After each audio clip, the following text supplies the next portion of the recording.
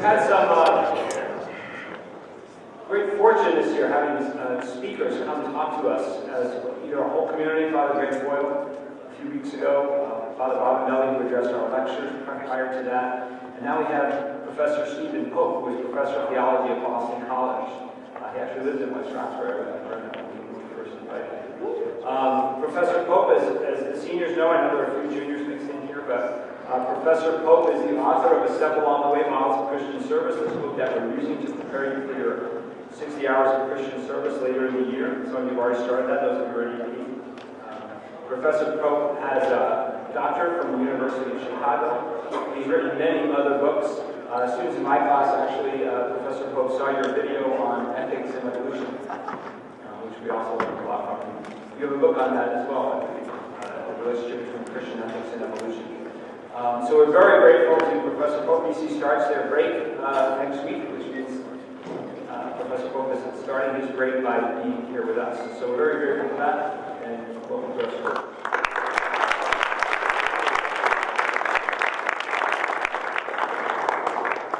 Hi guys. Friday afternoon. How you doing? Long week. I'm doing great, thanks. It's good to be here. I'm going to give a little overview of what I try to do in the book. But the book tries to put in words a lot of experiences people have had that which they've really grown by encountering challenging situations that kind of threw them off a little bit, or that changed their imagination, changed the way they understand human beings. I think the biggest experience you can have is when you come from a very comfortable environment to getting in an environment where you feel a little disequilibrium. When you're put in the context that some of you have been of helping homeless men and women have food, or when you've been talking to somebody who's disabled. Sometimes you have this from your own family members, and it's very close and personal to you. Sometimes you have it through a service program. Some of you just went to Philadelphia, some of you went to Peru. And those environments, sometimes the environment 2 miles away from here can be extremely challenging because of the people you're at, not the distance you're traveling. So I want to just look at some service models, how we care for others. I think they apply to all of our lives. It's important not to think that some people are specialists at service, we call them policemen, or doctors, or nurses, or teachers, but everybody is involved in service of some kind or other. The reason for that is that service comes from love. You know, the real service. It comes from love, and love is where you are attached to people and you care about them, therefore you want to help them when they need help. And the reverse goes as well. They care about you and they're going to help you out when you need help. And that's really the test of a true friend, who will be there with you when you need him to be there, or her to be there for you. And so friendship doesn't get along very well without some kind of service. And you all know this is a major part of life. Okay, so the first kind of service I have, the first model, is compassion. It's just helping somebody because you care about them. So when you were feeding, those of you that were there, we were feeding these guys in the square with sandwiches. That's an example. I hope with compassion and not just of doing it because you've been told to do it. Because if you do something just because it's a command, you'll get in trouble if you don't. That's not really doing it. But real compassion is you recognize someone has a need and you want to address the need. A lot of high school kids now, I know this because I've been teaching college a long time, a lot of high school kids suffer from depression, anxiety, a lot of other issues now. 1/3 of the kids that start Boston College are on some kind of medication for anxiety, depression, ADHD, ADD. 1/3. And these are very high achieving people. Sometimes the high achievement stresses you so much it brings out the cracks in your own personality. Those folks suffer. They're suffering in your own midst, in your families, in your neighborhoods. So service isn't something you have to drive to Philadelphia to do. Compassion is something that's part of everyday life, right? So the image you have of Mother Teresa here, she's an icon of compassion. For her, compassion is very simple. Someone is hurting in your midst. You notice, you care, do something about it. The paradigm is the Good Samaritan. That's the Christian paradigm of compassion. The difficult thing about compassion is it's very easy to be compassionate to your friends. It's very hard to be compassionate to people that are strangers or seem really different from you. Psychologists have done a lot of study on empathy. And they found that we always are more prone to be empathic to people that we recognize as like us.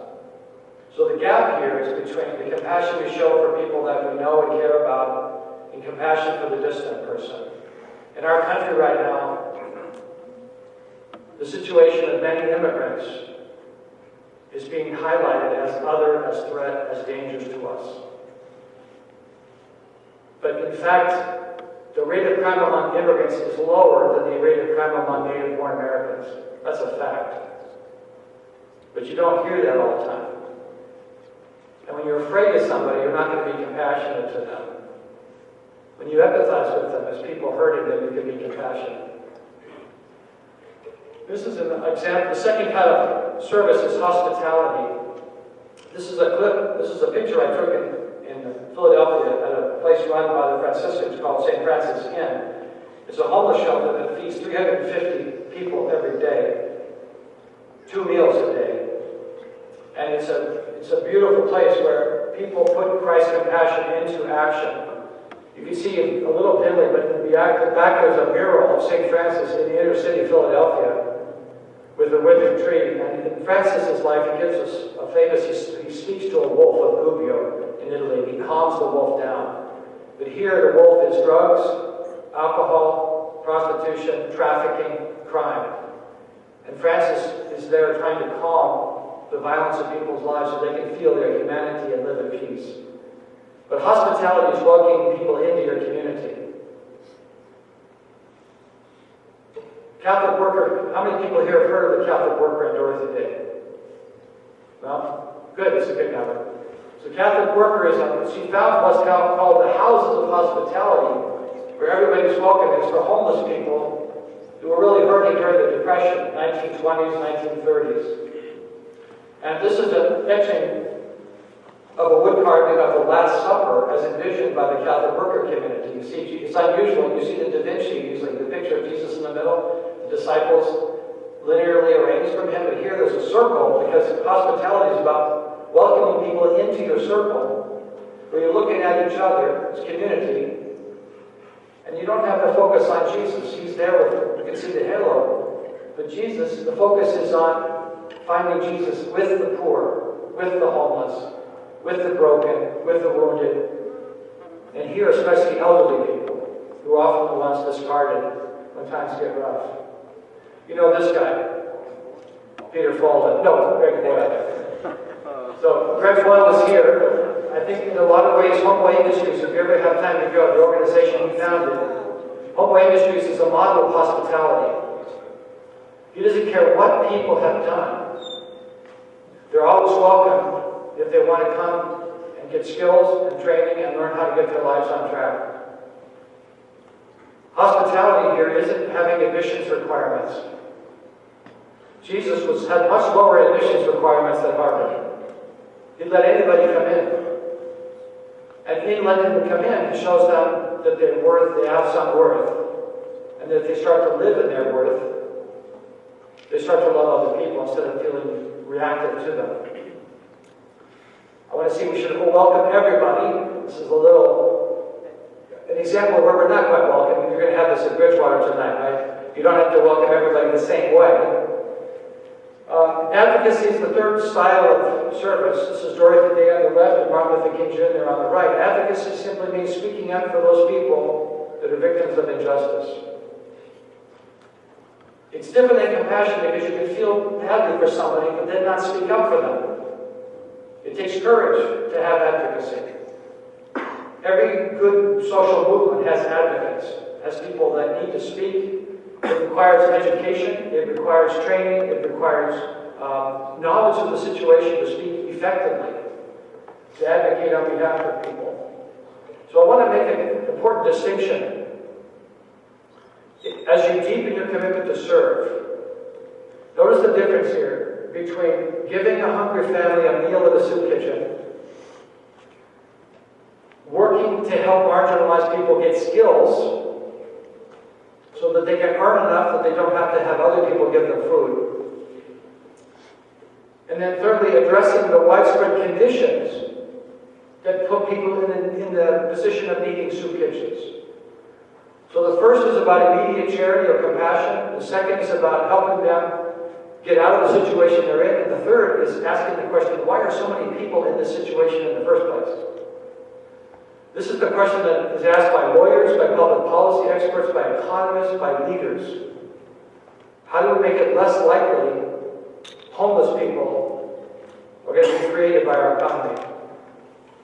There are whole neighborhoods in Boston where friends of mine live, in which there's not a single house in the block, in which there's not somebody in the criminal justice system, in which there's not somebody who's addicted. If the pattern's that wide, it's not that those are bad people, it's that the conditions are bad, because it's repeatedly generating a lot of human suffering. So all of these are good things to do, but they're differentiated according to immediate, intermediate, and long-term solutions to poverty. When you're working, get through college, and you're out in the world, a lot of you will have jobs that address these issues. A lot of you, I hope, become politicians, business leaders, professionals who can do something with your talent and your treasure to address poverty in some way. Advocacy is different than compassion and hospitality because advocacy is prophetic. Prophetic means you're willing to look at injustice and to call it what it is, injustice. This is a picture of a famous bishop, Dom Helder Camara. He was a Benedictine monk and he became a bishop. And he said, they made this statement. He was a leader of liberation theology in Brazil in the 1970s. And he says, when I give food to the poor, they call me a saint. When I ask why the poor have no food, they call me a communist. That's the difference between the first level of addressing poverty and the third. Okay? Advocacy is about the third level. So, public policy advocacy requires people to be intelligent. It's one thing to march and to protest. That's important. If you think injustice is going on, you have to speak up. But it's another thing to say, let's present constructive solutions. Let's give an analysis of what's going on, and let's propose policies that will correct the problem. That's why you need highly educated people that are advocates. You can't just speak with your heart. You have to also use your head. So it's a holistic approach for what service is. The next form of service is solidarity. This is identifying with people and their cause, and then doing something concrete to promote their cause.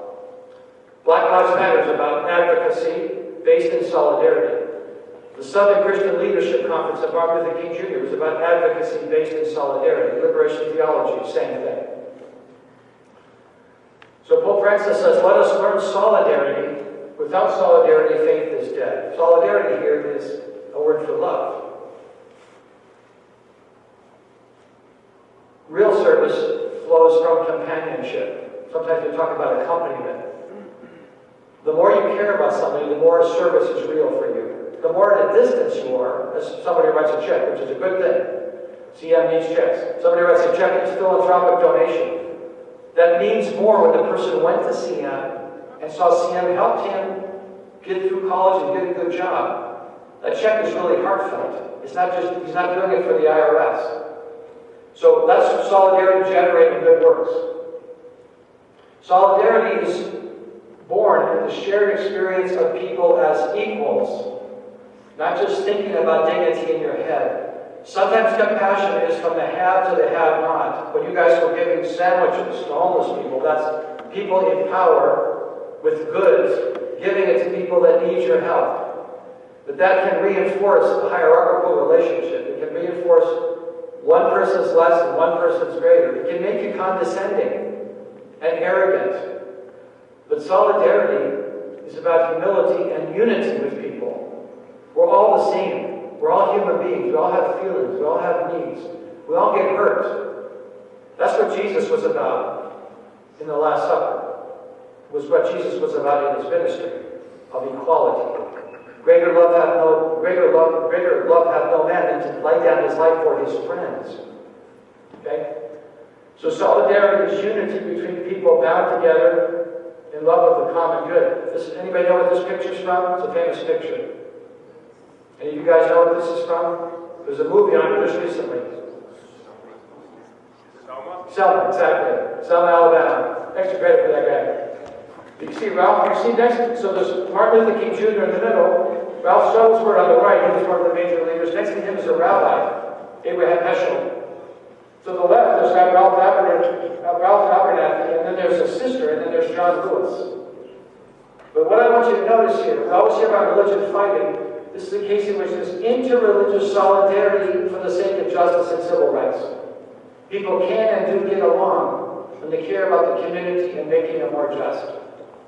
So that's a great example of solidarity in action. It shows commitment with concrete actions, but solidarity also gives rise to institutions. One example is Catholic Relief Services, which serves over 100 million people every year around the world. It's a mind-boggling number. It's the largest single charity in Africa.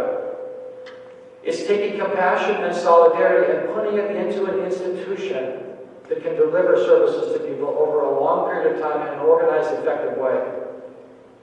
Stewardship is the next model of charity. Stewardship is taking your time and treasure and your talent and using it to care for people, especially to care for the gifts that you've been given. Stewardship is about treating your life with respect. It's about taking care of yourself and the people you love, the environment we live in, the towns we live in. So one example of stewardship is caring for the earth. This is a picture I took of people, a picture of people planting trees to help restore the environment. But there's a message here that we need to be taking care of ourselves through self-respect. Part of stewardship is respecting your own dignity and not doing things that are beneath your dignity. It's also an important responsibility of stewardship to take care of your mental health, to take care of the mental health of your friends, to be sensitive when people are stressed out of their minds, or when people feel they haven't achieved what they want to achieve, and they start feeling a little bit like a failure. That's an issue of mental health, that we have to care for each other, be watching out for each other. We also think about stewardship in terms of spiritual health. Praying and liturgy, retreats, is all a way of building up your spiritual health and being good stewards of your souls. The final model of service is witness. To bear witness is to show the truth of what you believe in your actions and in your words. God is an example of someone who was really a profound witness to the world of the values he was standing for, of nonviolence, of universal brotherhood and sisterhood, of social transformation. So he says, even if you're a minority of one, the truth is the truth. That's what it is to bear witness, to live that truth. Pope Francis, an important book about him is called Witness to Joy. The reason people love Pope Francis so much is because he's a joyful person. This is another example. Anybody know what this is from? This is Pope Francis. He visits a prison every Holy Thursday. You remember that's the day in which there's a reenactment of Jesus' washing of the feet of the disciples. And he goes to the prison and he washes the feet of men and women in prison. And that's a witness to what compassion is. I said before, solidarity is equality. Humility is putting people above you. This is an example of the witness to the value of humility. That you can't preach humility without enacting it. So here's the summary, and I'll have some hopes and questions. First of all, we serve others when we show compassion to them. We show them hospitality. We show service when we show hospitality to people. When you open your heart and your mind as well as your home to those people. When people come to see them and you're welcoming to them. You don't make them feel unwanted. We show service when we're advocates for causes of justice. We show service when we engage in solidarity. And we help people work as partners in a common cause, especially with the marginalized. We act as stewards. We act in service, but we act as good stewards for ourselves, for those around us, for our communities, for our world. And we act as good stewards when we bear witness to the truth we really believe, our deepest convictions. In other words, when we're not hypocrites, we're actually serving others, when we have lives of integrity. So, that's that. Thank you.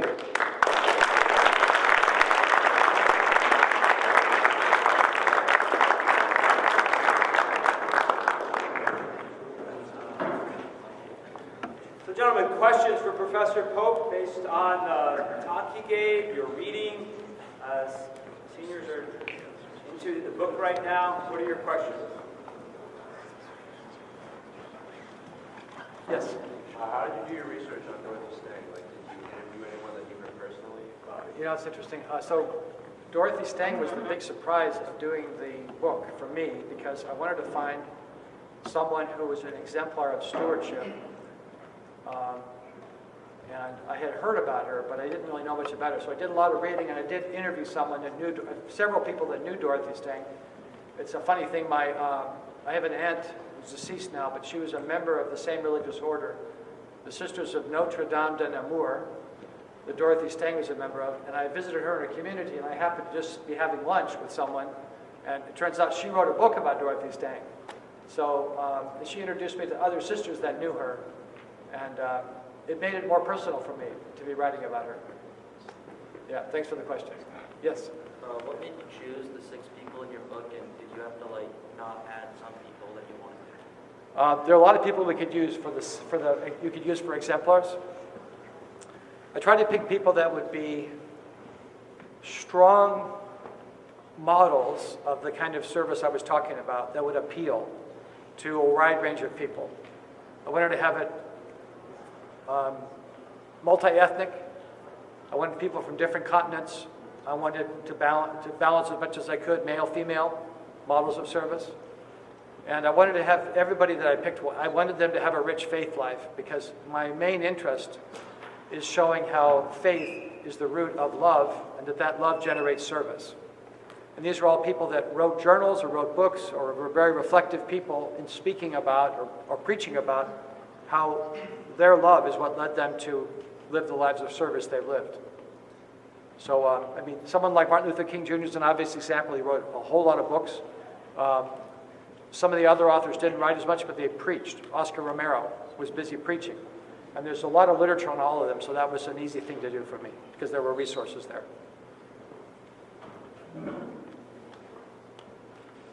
Okay, I'll ask you a question. You can ask me, then I'll ask a question after that. Go ahead. Why did you want to write the book?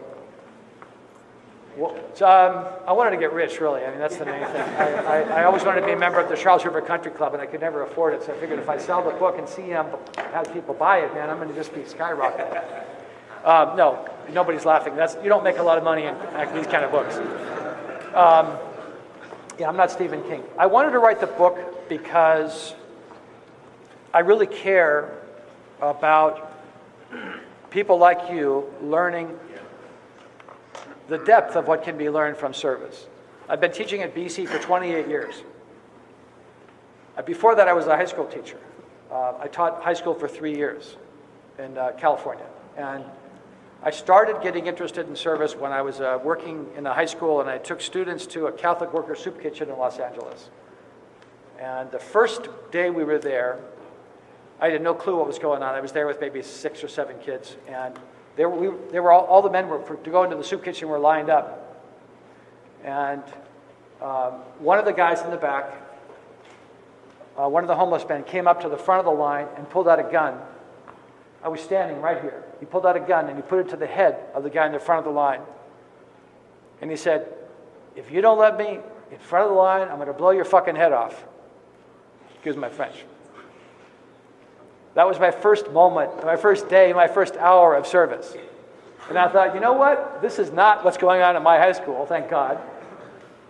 But everybody saw it, and we had to think, okay, what made someone do that? What would get into somebody? All he had to do was be 20th in line.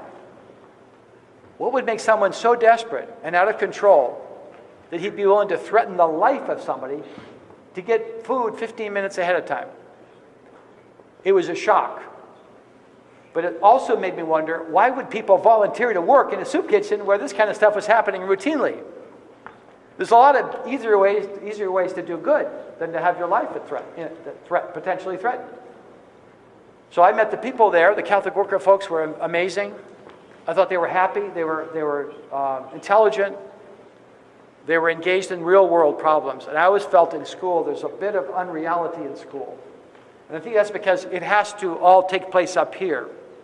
90% of the time it's up here. It never gets down here. Where I saw service important is when you encounter people in real life that force you out of here into here. It's not that you cut your head off, but that life becomes more real.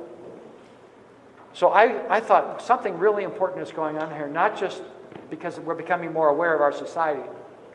Something's coming on here that's important about our humanity. That in situations like soup kitchens, homeless shelters, shelters for battered women, you encounter reality that's unfiltered. You're not just living in a theory, you're living real life, and it forces you to get outside your own head. It forces you to get outside your own comfort zone. I think when that happens is a sacred moment. I think that's when we encounter God. I really believe that. I think that's when we encounter who Jesus was, and someone who's being moved by people who suffer, whether their suffering is their own fault or not. So I wrote the book because I wanted to think about what's going on and help all of us think about what our experience is telling us about who God is. Do we really believe God is somebody, is the almighty loving being who is resident in the least of our brothers and sisters? We often have the impression God's in the church somewhere. God isn't any more in church than God's out on the street.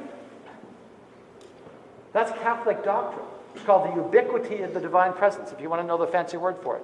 But we don't believe it. And we think there are good people and bad people.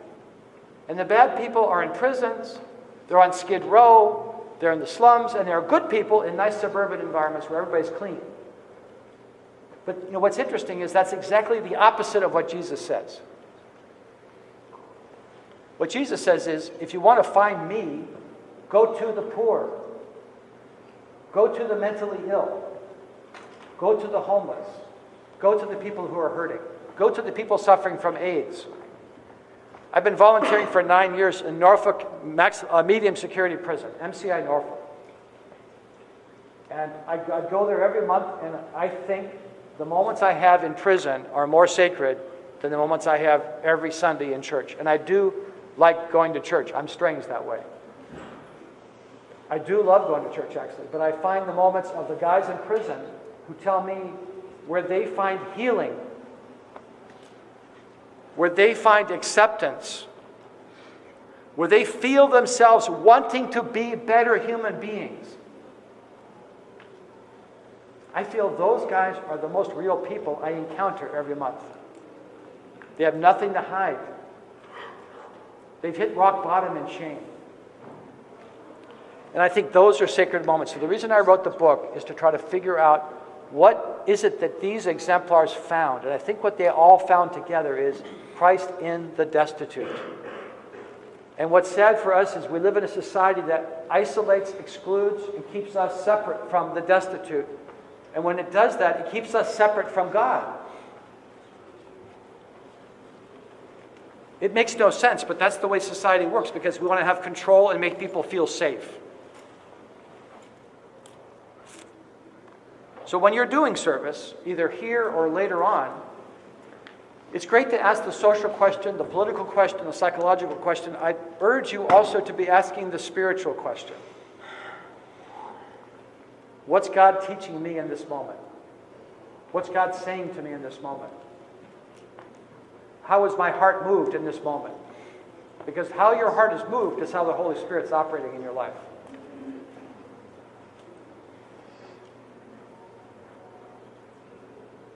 If you remember Greg Boyle. Greg Boyle is powerful on this message of inclusion.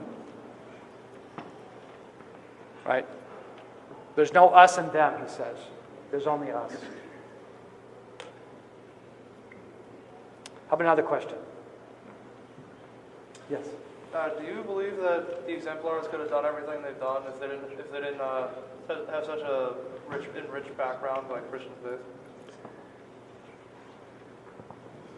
if you were to ask the exemplars, did you guys hear the question?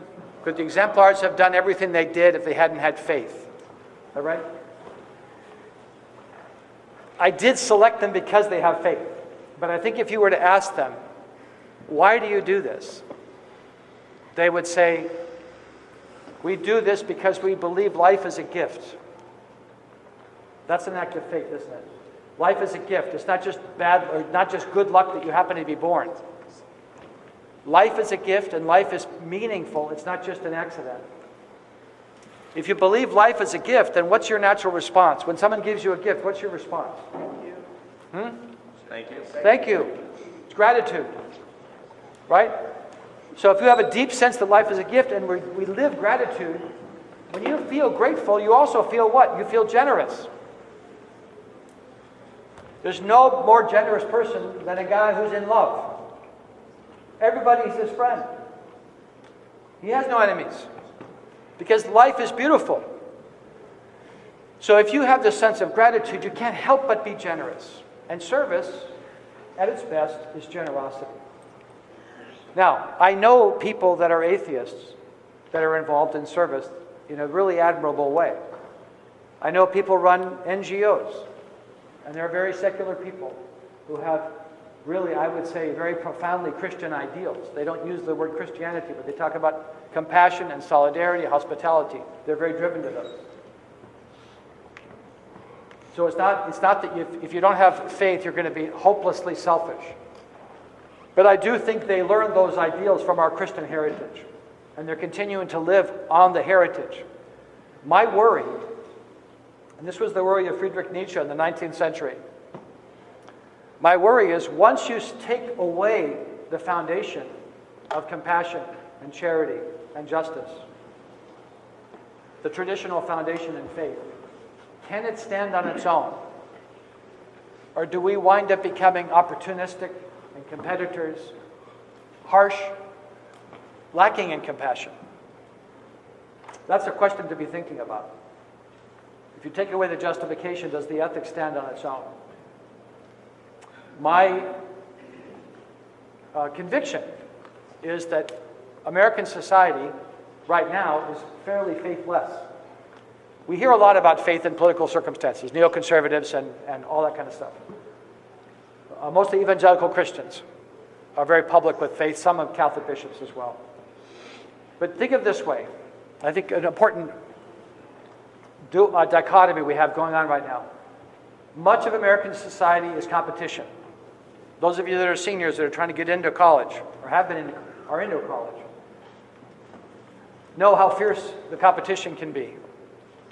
And the competition isn't just to get into a college, it's how much worth do I have as a human being? A lot of people judge their worth as human beings by their achievements. A few years ago, there was a young woman who was a senior in high school at Wellesley, and she committed suicide when she got a rejection letter from Harvard University. A lot of people are crushed by college admissions because they've been told, implicitly or explicitly, your life is not going to be worth much if you don't get into a really good college. A lot of people have that in their minds. It's one reason, that achievement ethic is one reason why so many people have eating disorders on college campuses, not only females but males, because they feel they're never good enough. I would call that a culture of exchange. A culture of exchange says, you have value if you give me something. Your worth is exactly equal to your contribution. What have you done lately? For me, lately. It's achievement-based worth. What we have in Christianity is a culture of gift. Life is a gift, as I just said. We have gratitude and we act in generosity. In the culture of exchange, if you're a disabled person and you can't be very productive, if at all, you are what? You're useless. The Nazis had an expression. They called this a life unworthy of life. That's the ultimate manifestation of a culture of exchange. The culture of gift is every life is sacred, whether you're productive or not. Whether you have an IQ of 150 or an IQ of 80, you have equal worth in the eyes of God. In a culture of exchange, there is no equal worth. In a culture of exchange, if you have to choose between saving two people, you pick the person who's the most talented, or who has the most achievement, or who's the best looking, or who has the most money. You go down the list. And the person who has none of those things is useless, is cast aside, is disposable. So the question is, can a secular society in any way resist becoming a culture of exchange in which all of us have our price?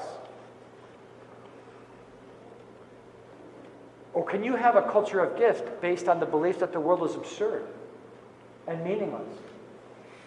It is not the result of a loving, all-powerful God, but it's just happened by accident. That's a very profound question. I would submit you're never going to have a more profound question in your entire life. Is life meaningful and good, or is life absurd and useless? The difference is massive between hope and despair. Hope and despair. That's the ultimate choice you make in life. Why do you get out of bed in the morning? It's a question of hope. A lot of stuff to think about on Friday afternoon. We good? You said, Professor Pope, you had a question for our guys. What was that? So, my question for you would be,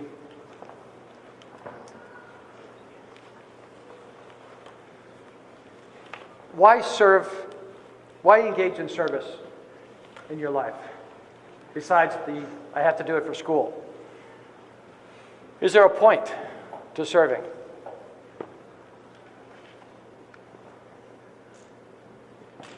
My suspicion would be, you got to have an answer. Good, thank you, please.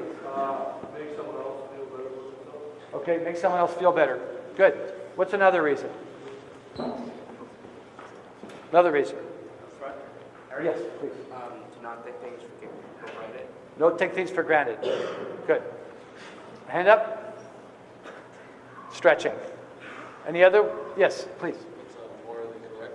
It's morally correct. Yes. It's a good thing to do. Feel good about yourself. Feel good about yourself? Did you say that?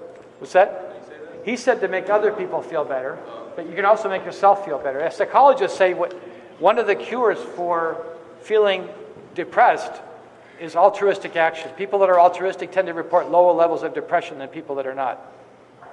Yeah. So time's up, right? So what I want to suggest is when you think about service, think about the love you're putting into it. And not just about the action itself, but think about where it's coming from here. And whether what's here is consistent with what's up here. Okay? Thank you very much.